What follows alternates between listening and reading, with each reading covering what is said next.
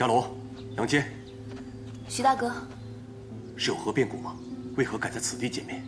没事，你放心，是因为此处比较偏僻，较为安全。再来，城外离随国公府太远了，担心来去耗费太多时间，让人起疑，所以有劳你跑一趟。你考虑周详，那我们日后就都约在此处。嗯，我们既然认准了这条路，就要齐心协力地走下去，不管有多难，我相信，总会有拨云见日的那一天。你们如此有信心甚好，但凡事都需适度，不必过于用力。你是指我们拉拢朝臣之事？我们确实一直在做，但成效不大。宇文护老奸巨猾，杨家的行动还是循序渐进为好，否则会引来他的反击。机会总会有的。薛大哥，你今日来一定带来了什么重要消息吧？北国王子阿什纳殿爵欲来大周借兵，他想联合大周攻打齐国。我想趁此机会与北国人合作兵器生意，如此一来可充盈我们的资金，以便召集更多的人手做事。还有一件事，是关于你大哥的。我大哥怎么了？他安好，而且事情已取得进展。之前我们发现宇文护有一处隐秘的冶金铸造工坊，守卫森严，很有可能是其核心所在。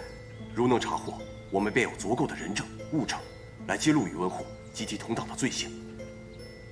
现在你大哥已乔装混入，下一步便是要取得宇文护手下2个管事监赏的信任。快点，快点，起来点，快起来！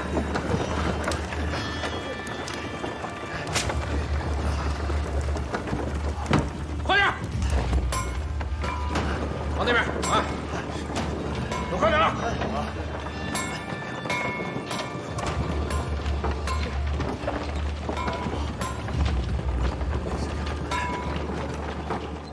快点啊！这个放那边去。快点，快点，别偷懒！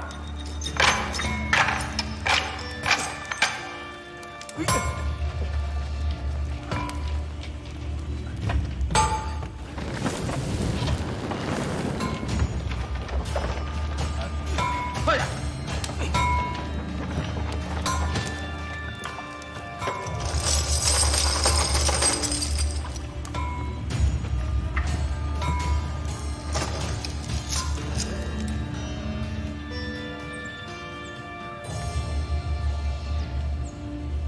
大冢宰到！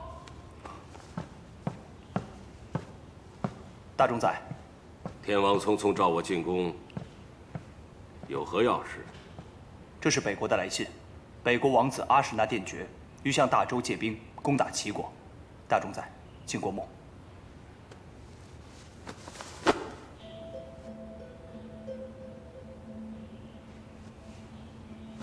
天王以为如何？朕以为我大周刚与齐国打完一场硬仗，人困马乏，需休养生息。休养生息？天王难道不清楚我大周与北国的强弱局势吗？北国强于我们太多，他要我们打齐国，若我们不打，将来他们打的就是我们。当初大周与北国联姻，我便知道会有这么一天。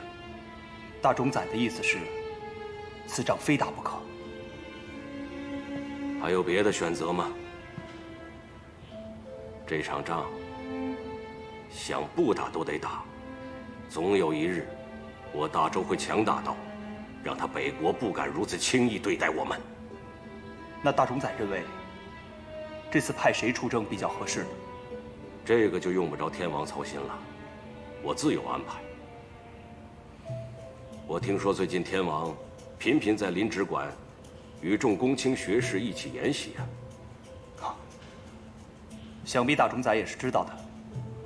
朕自小便喜读书写文，朕与学士在临直馆校勘经史，只是兴趣所致。大冢宰若不喜欢，朕不做便是了。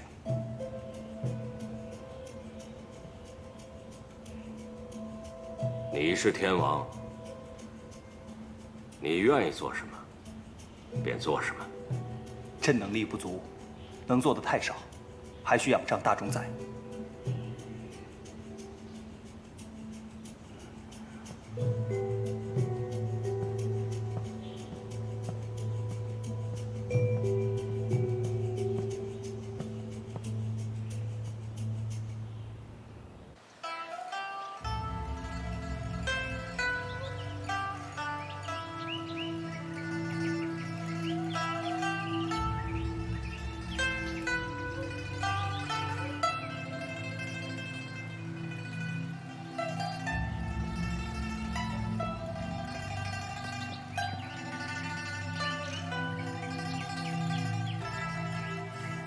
曲调倒是有模有样，不过却少了我北国乐曲特有的气韵。鲁国公夫人，请坐。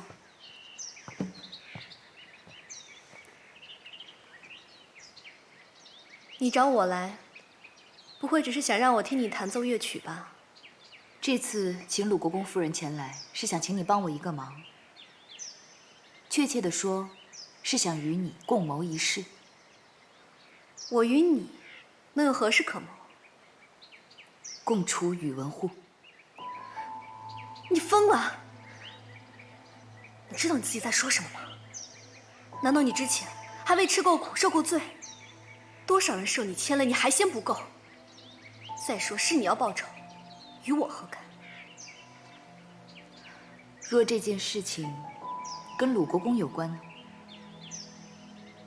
若是还跟大周、北国还有天王有关呢？你这话什么意思？与他们有何关系？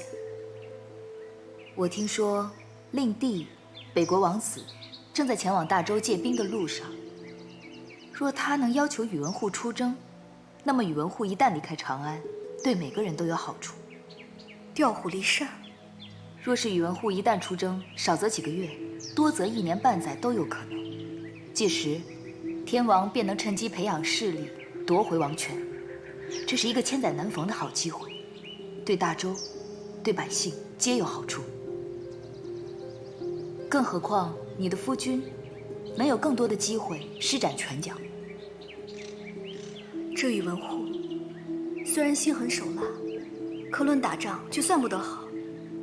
他若配合北国出征，这若是拖累了北国，若是宇文护被要求出征，以他的性格，定会带上最好的精兵良将，因为他一旦输了，不仅自己没有颜面，还会被北国问责，所以他定会竭尽所能地打赢这场仗。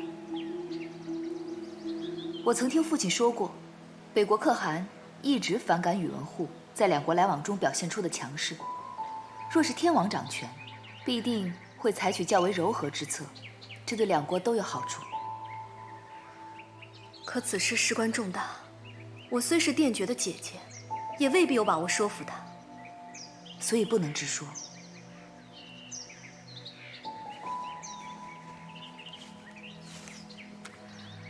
该做的都写在上面了，何去何从，尽托于你。我尚未答应你，你莫对我抱有太大希望。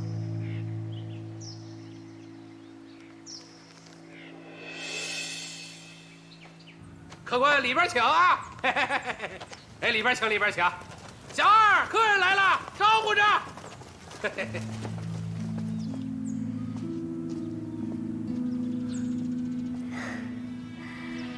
姐姐，你怎么在这儿？姐姐知你要来大周，迫不及待来见你，便前来迎接。姐姐，你对我还是这么好。自从姐姐嫁入周国，我便时常想念姐姐。你在信中常说自己过得很好，但我没有亲眼见到，我这心里还是不踏实。那你现在亲眼看到了，踏实了吧？姐姐更美了，我放心了。对了，父王他还好吗？父王身体虽大不如前，但雄心壮志还在，一心想扩大北国的疆土。你也知道，这是父王多年来的心愿。莫非你此次前来也是为此？啊，你不必回答了，我知道，我现在也是大周之人，我可以理解。姐姐，你是我亲姐姐，我有什么不能与你说的？再说你很快就知道了。父王此番派我来，便是要连州攻齐。齐国仗着近年来国力强盛，便常常与我们发生冲突。父王认为，若再听之任之，便是长敌人志气，灭自己威风，故而想给他们个教训。这样一来，即便一时灭不了他，也能让齐国元气大伤。原来如此，父王有大志。你们此番出征，我也帮不上什么忙，我有为你们祈福。哎，这大周的妙善庵十分灵验，我带你去拜一拜吧。你不是一向信佛吗？好。天王驾到，北国王子到，参见天王。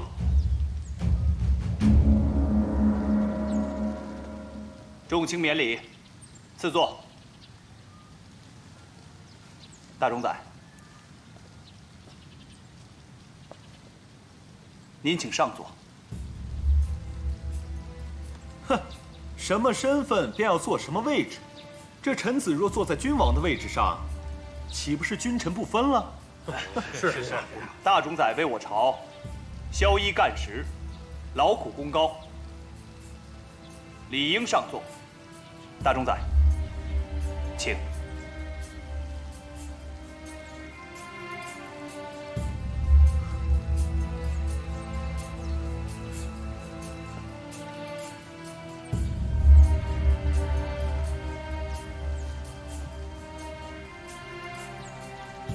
我劝公子定要与最强大、最有权力的人合作，才能功成归来。有道是，山高云雾漫，只有拨开云雾，方能见红日。公子，可要睁大眼睛，好好看清楚啊！这个国家最有权力、最强大之人，不就是连天王都要礼让3分的大冢宰吗？天王果然是知礼仪、明事理的好君王，所以才有诸多忠臣良将跟随于您。想来此番我来周国的目的，诸位都已了然，所以我想知道，今日在座的哪位大将将与我一同发起？天王心中是否已有定夺呢？大冢宰，您觉得呢？臣以为杨将军乃最合适的人选。可我听说，杨将军手中的精兵都已经交给了大冢宰，如何与我一同伐齐？那王子认为，谁是最适合的人选？你。我？正是大冢宰。大冢宰手中兵多将广，曾经也是战功赫赫。正如天王所说，大冢宰勤于政事，以大局为重。所以我相信，大冢宰与我一同伐齐，定会竭尽全力打赢这场仗，为你周国赢得胜利。可是，这大冢宰不会是不愿意帮我北国这个忙吧？我父王说了，这一仗只许胜，不许败。若是你们周国没有诚意，随便派个人与我出征，打了败仗，那我北国先前与周国约定的10年内互不侵犯的承诺，这诚意怕是要减半了吧？这是威胁呀！看来大冢宰要是不答应，殿爵不会罢休啊。听殿爵这话，若是别人打了败仗，以后便有理由进犯我国了，真是无耻。哼，那恐怕这笔账要算到大冢宰的头上了。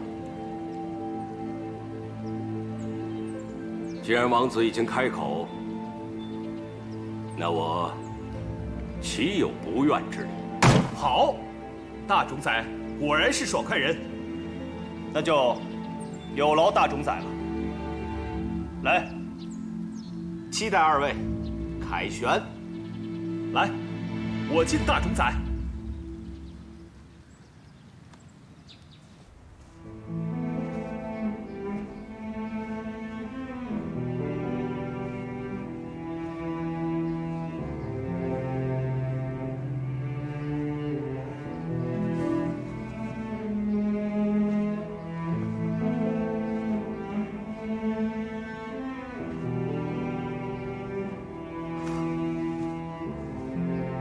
儿臣给母后请安。母后，今日师父夸我的剑术又有了长进，可惜你不在了，我剑术再好也没法保护你了。而且，他们说，那个奸人宇文护要父王甄选新后，父王也是迫不得已。母后，你莫要怪父王。待那个新后住进来，这里便不再属于母后了。儿臣也不能再来此处与您说话了。母后，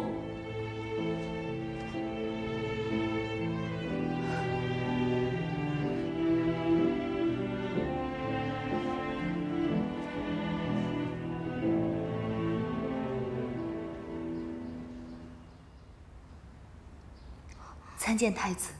姨母免礼，你怎么来这儿了？你也是因思念母后而来。我找天王商议事情，刚好路过这里。太子，你常常来此处与王后说话吗？太子，以我对王后的了解，她若在天有灵，定不希望你如此。为何？太子也知道，宇文护要天王甄选新后。听说，那宇文护的外甥女也会来参选。以你之见，这王后谁会当选呢？定是那宇文护的外甥女啊。若是你天天来思念你的母后，被宇文护的外甥女知道了，她定会不高兴的。她若是对宇文护说些什么，那你和你父王的处境就会危险了。那我该怎么做呢？或许你该学学你父王，以退为进。没错，伽罗说的对。参见天王。参见父王。你立的大功，免礼吧。大功。天王是说，这事成了？依你所言，朕在国宴上处处捧高宇文护，殿绝王子很快看出宇文护的地位，主动要求他出征。宇文护迫于压力，只好答应。伽罗，真是多谢你，朕现在可以松一口气了。回天王，其实伽罗并没有做什么事情，真正成就这件事情的，是天王你呢。不必谦虚了。来，这块令牌赐给你，见令牌如见朕。日后你若有事，可随时进宫，朕必定全力相助。伽罗，当初没能保护好独孤家和你姐姐，是朕之过。朕向你保证，从今往后，绝不会再发生这样的事情。天王，如今是新的局面，一切是新的开始，天王不必再为往事神伤。这块令牌，便是朕行使王权的开始。朕要你替你姐姐看着，朕如何夺回王权，做一个真正的天王，成为你们的后盾。伽罗，今日宇文护答应出征，你立了大功了。此事还要多谢你的夫人，是她说服了颠厥王子，若没有她的倾力相助，此事断不会成功的。你找过他？其实他是个识大体的聪慧之人，我只不过晓之以理，只说若是将宇文护调离长安，将利大于弊，他立刻就明白了。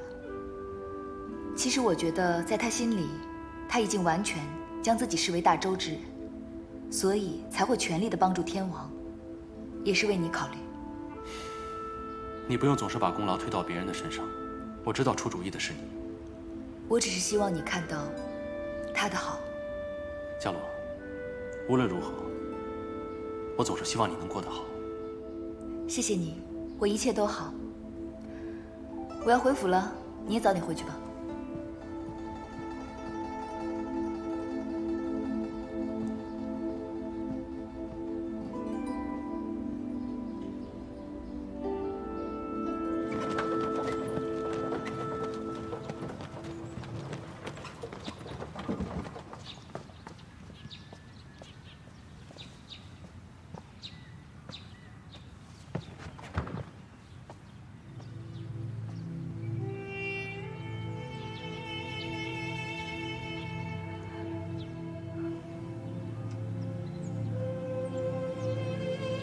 请。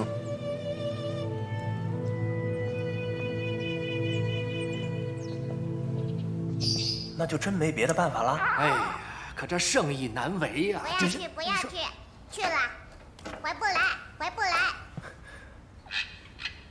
父亲，若父亲真不想出征，干脆就装病不去吧。糊涂！你以为旁人都是瞎子呀？若装病之事被北国知晓，到时候就是北国联合齐国一起攻打我大周，你想让我成为千古罪人吗？再说一统天下，不单是太祖的心愿，也是我的心愿。如今北国势力正盛，借北国之手灭掉他国，不是正好消减了我大周的隐患吗？至于我们和北国的恩怨，总有一日要和他们清算。父亲说的是。现在还是好好想想，我离开长安后，你们如何看住天王吧。大冢宰，云禅姑娘到了。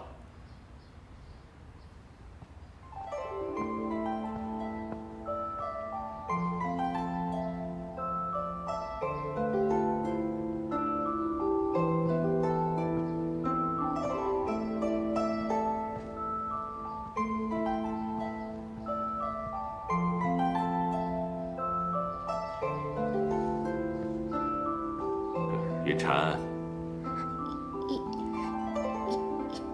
姨父好。你是结巴？不，我不是，我一紧张，便会结巴。你怕我吗？别紧张。我不紧张。如此岂能成为一国之后啊？哎呀，真是可惜了这副花容月貌啊！父亲，除了表妹之外，天王爷不敢选别的女人当王后吧？是啊，大冢宰，若只是因为紧张才会口吃，倒也无妨，多加练习便可。那也不能让人诟病啊！立刻通知大宗伯，在我出征之前，必须选出新后。啊不，让云禅当上新后。是，我即刻去办。云禅，你不必紧张，你是我的外甥女，在大周，所有人都会敬你怕你，没有人比你更有资格做王后。进宫受训不过是走个形式，你只需好好学，不要给姨父丢了体面便好。是。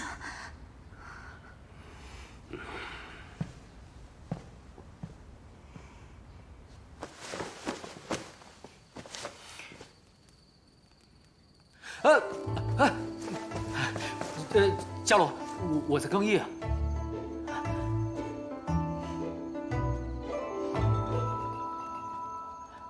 你害羞什么呀？没有，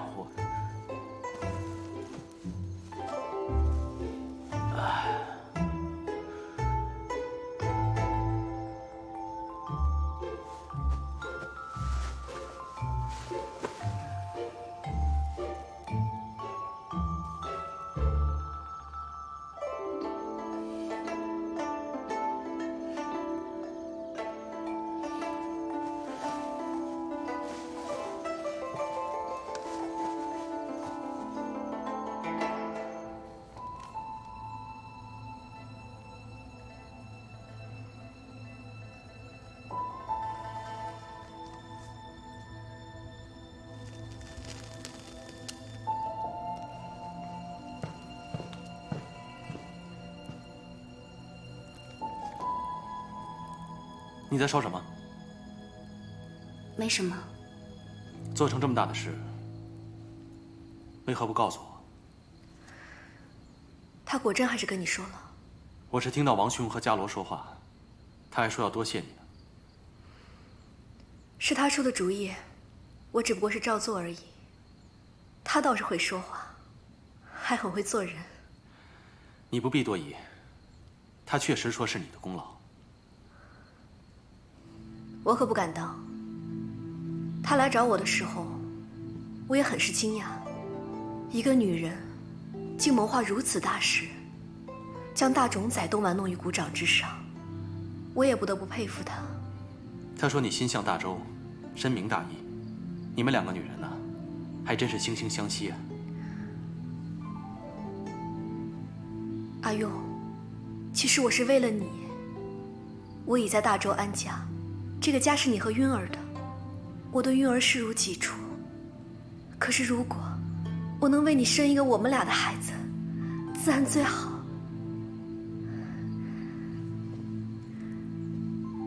今天去妙善庵，弟弟他也有心为我求子，我知道这一切也都要顺其自然。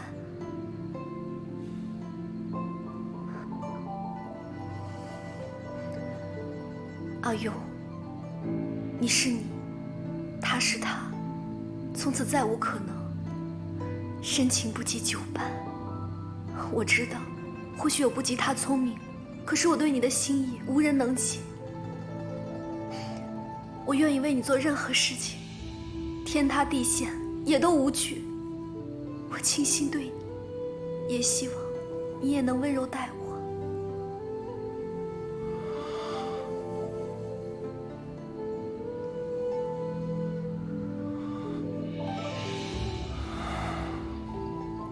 我知道你的好，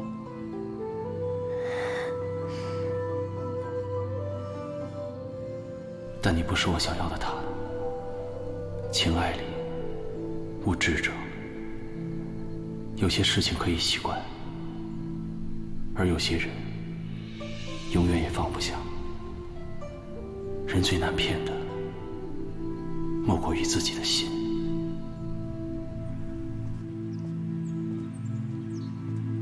把箱子打开吧。啊，来，来，这边放这儿。这边请。二夫人，二夫人好。大哥大嫂，大公子，大夫人。各位先生好。过几日天气或会转凉，大郎特地为各位添置了些衣物，以备所需。大公子、大夫人体贴周全，天未凉，已已到。诸位都是我杨家的客卿，理应好好照顾大家。我张健说句由衷之言，这长安城的豪门富户，就杨家对我们这些门客最好，尤其是大夫人，待我们如同亲人一般。是。诸位离家在外，必定常思念家人。若诸位能够把我们当作家人，那也是我们的福气，请不要客气。是啊，大家别光顾着说话了，快请那边领衣物吧。来，这边请，这边请，来，过来。谢谢二夫人，谢谢，多谢，谢谢，谢谢，给。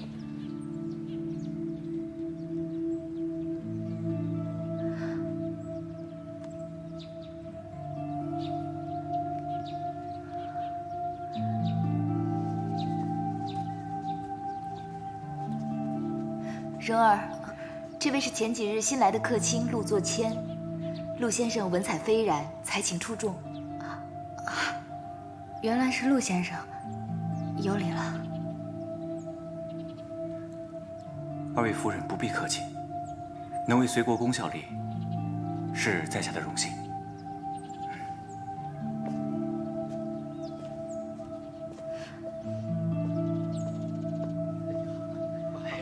我这个真妙，真的。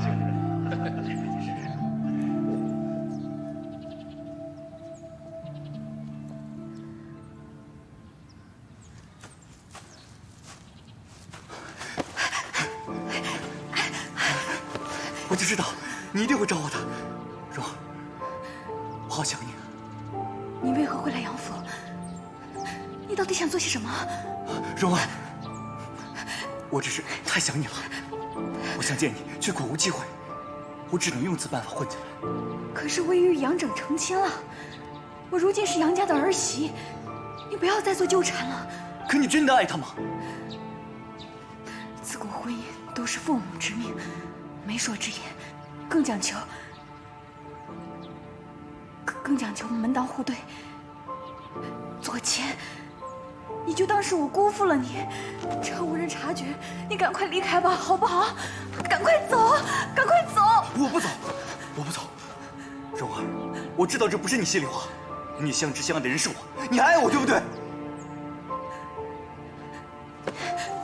年少轻狂，哪懂什么是爱？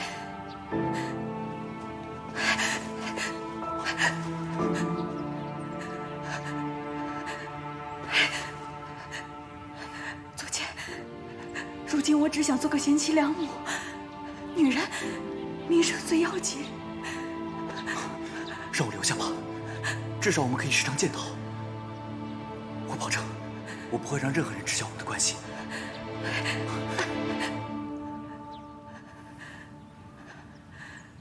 夫不贤，则无以育妇；妇不贤，则无以事夫。夫不育妇，则危仪废缺；妇不事夫，则义理堕却。各位都说说，所言何解呀？你来说。这段话的意思是说，女子应该听丈夫的话，不能不听话。此话之意为，丈夫若是没有贤德，则无法驾驭妻子；妻子若是不贤惠，则无法侍奉丈夫。你们可都记下啦？嗯。原来是个结巴，最简单的话也一窍不通，乡下来的吧？貌美又如何？你瞧她那身衣裳，怪模怪样的。就是，小声点，小声点，人家可是大冢仔的外甥女。哎，对了，姨母，前几日别人送我一把好剑，曾听母后说过，姨母以前也喜欢舞剑，待会儿我带你去看看。好啊，姨母自从出嫁之后便再未使过剑了。嗯，待会儿让我过过瘾。好。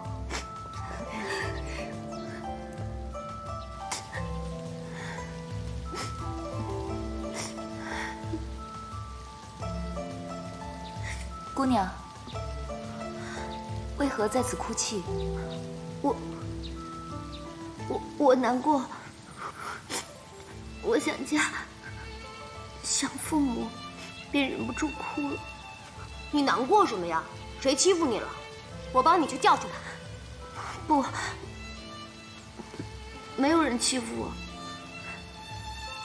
只是我自己太笨，什么都做不好。尺有所短，寸有所长。每个人都不应该自卑于自己的短处，应该多看到自己的长处才是。哎，看你身上这件衣裳，纹饰很特别，甚是好看。这说明你眼光独特，是别人所不及的。真的吗？嗯。这身衣裳是我在家中自己做的，这布是我自己染的，花也是我自己绣的。旁人都说奇怪，只有你说好看。若是我还能在家中每天做衣裳，那该多好！现在却要进宫竞选王后之位，我一点也不喜欢，可又不得不听姨父的话。你姨父是谁啊？大冢仔。大冢仔？那你放心，你肯定当不上王后。真的吗？为什么？因为你是宇文护的人，我父王绝对不会选你。太子的意思是，你若不想当王后，没有人能勉强你。太子，你该念书了，走吧。嗯。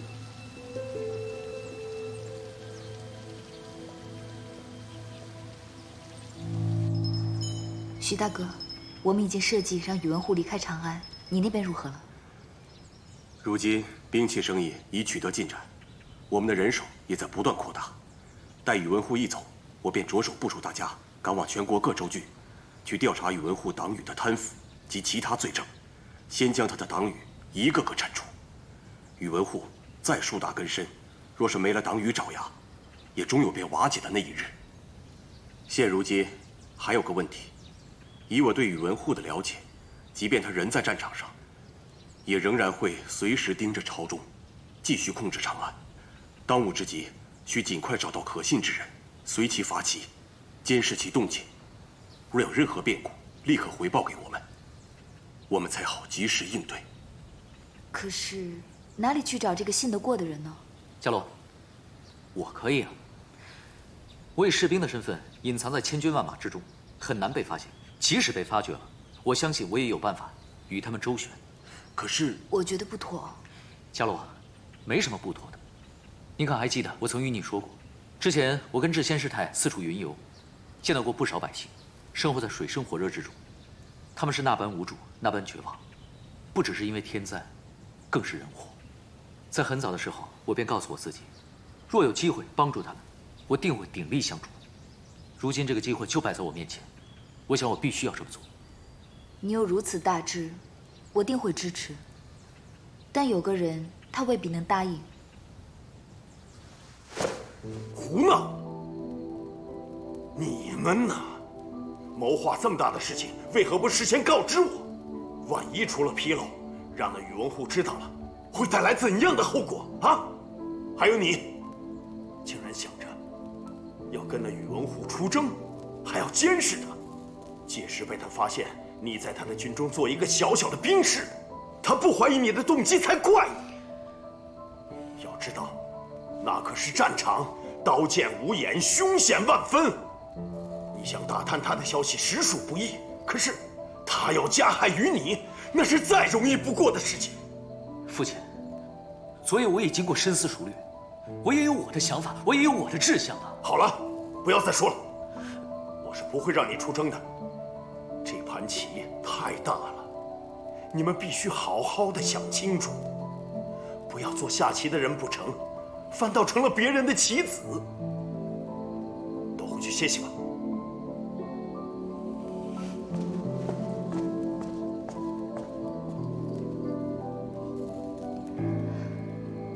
父亲，我去看看他。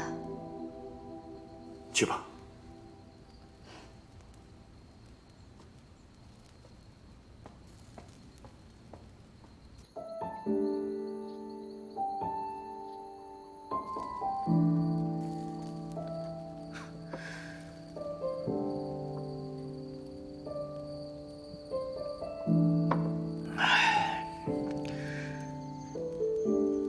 父亲从小就教导我，要忠君爱国，为百姓谋福祉。可为何他儿子选择从军的时候，他却要反对呢？因为，他不仅是大周的随国公，更是你的父亲啊。作为父亲，最关心的便是子女的安危。他自己可以去尽忠报国，但是，若要他以子女的性命作为代价去救国救民，即便是圣人，也会犹豫的。那你为何就可以毫不犹豫地支持我呢？因为我是你的妻子，我可以跟你同生共死。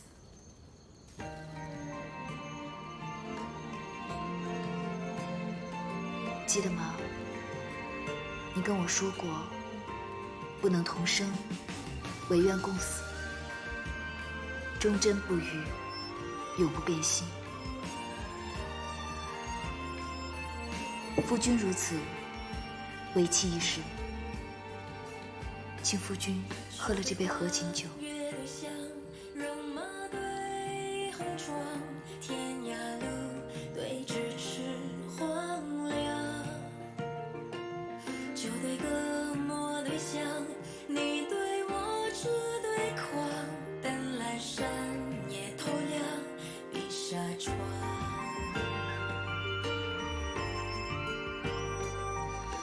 人世间的恩怨，从天心上熬旧人呀，会经历泪滚烫，落花无着破天浪。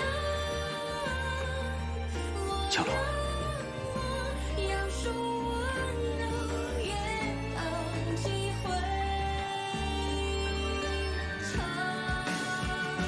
年年火不分，人人自焚。岁岁情意不关人，人自困。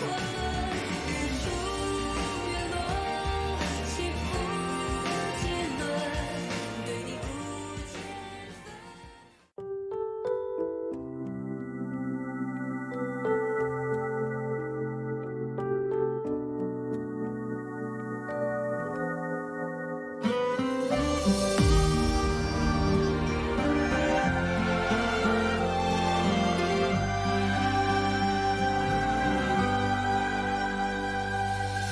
数你眉眼，踏冰风雪，问大雨滂沱的昨天。思念蜿蜒，幻化成劫，时光悄悄走笔飞烟。要不是几经寂寞。